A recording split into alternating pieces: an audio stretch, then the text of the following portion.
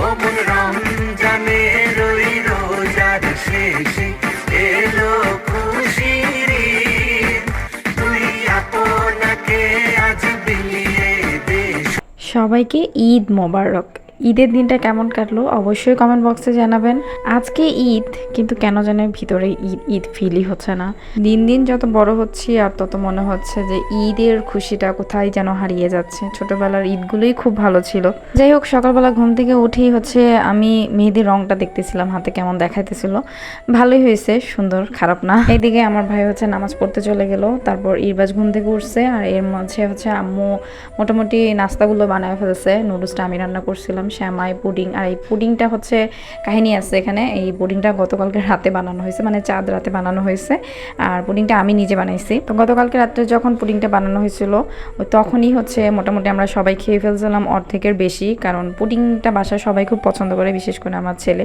তো এই যে বানানোর পর খুব সুন্দর কালার আসছিল আর একদম সফট হয়েছিল। ইরবাজের পুডিংটা অনেক পছন্দের, মিষ্টি জাতীয় যে কোনো খাবারও খুব পছন্দ করে।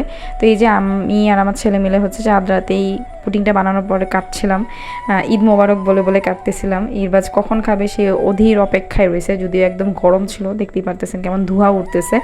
তো এইটাই ইরবাজ খাবে, আমার আবার ঠান্ডা হলে পুডিংটা ভালো লাগে। তো এই যে সকালবেলা ইরবাজকে গোসল করানোর পর ইরবাজের পাঞ্জাবিটা বের করে নিচ্ছি। ঈদের দিন সকাল সকাল ছেলেকে পাঞ্জাবি না পরালে কি হয়, তো ওকে সকালে হচ্ছে গোসল, আমি যদিও নামাজটা ওকে যাইতে দিই নেই, সবসময় তো যায়, মসজিদে যায়। বাট আজকে যেহেতু আমার ভাই ঈদগাহ মাঠে গেছে, তো ওইখানে আমি আসলে সাহস পাচ্ছিলাম না যে ভাইয়ের হাতে দিব, যদি কোনোভাবে কোনো কিছু একটা হয়, মানে মার মন তো আসলে ভিতরে ভয় কাজ করে।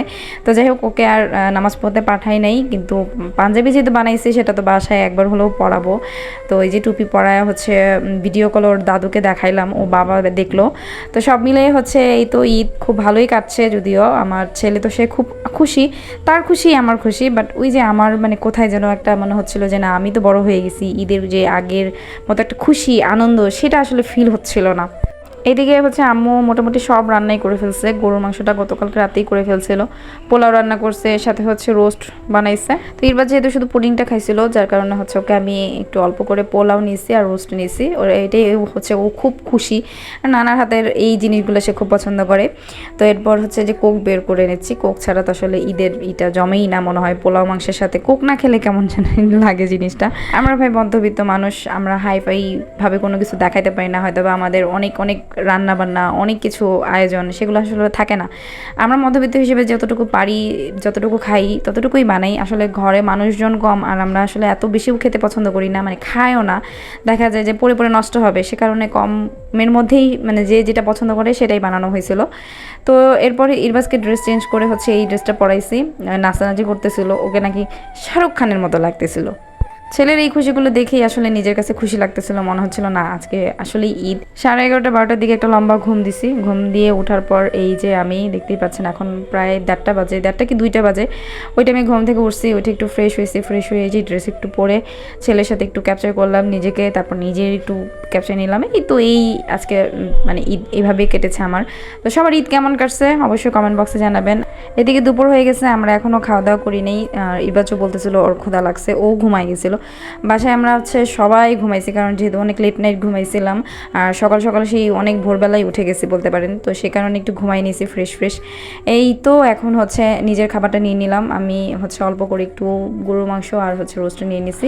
গত কয়েক বছর ধরে আমি বাসায় ঈদ পালন করি, মানে ঈদের দিন যে বের হওয়াটা, সেই জিনিসটা আমার সেই ক্লাস 9-10 পর্যন্তই শেষ হয়ে গেছে। এরপরে আমি কখন ঈদের দিন বের হয়েছি কিনা আমি নিজেও জানি না, আমার মনেই পড়ে না, মনে হয় না বের হয়েছি। তো আজকে একটা প্ল্যান আছে যে আমরা সবাই মিলে বের হব, মানে আমি, আমার ভাই বোন, তারপর পাশে ফ্ল্যাটে যে আমার একটা ছোট বোন আছে, ওর বোনকে নিয়ে বের হবে। খাওয়া দাওয়া শেষ করে হচ্ছে আমি এখন রেডি হতে যাব, কারণ আমরা হচ্ছে 3টে, 3:30 কি 4টার মধ্যে বের হয়ে যাব। তো এই যে আমি সব কিছু গুছাই নিতেছি। তো কোথায় গেলাম এইটা নিয়ে থাকবে নেক্সট ব্লগ। তো নেক্সট ব্লগ দেখতে হলে অবশ্যই আমার পেজের সাথে থাকতে হবে। আজকের জন্য টাটা, বাই বাই, আল্লাহ হাফেজ।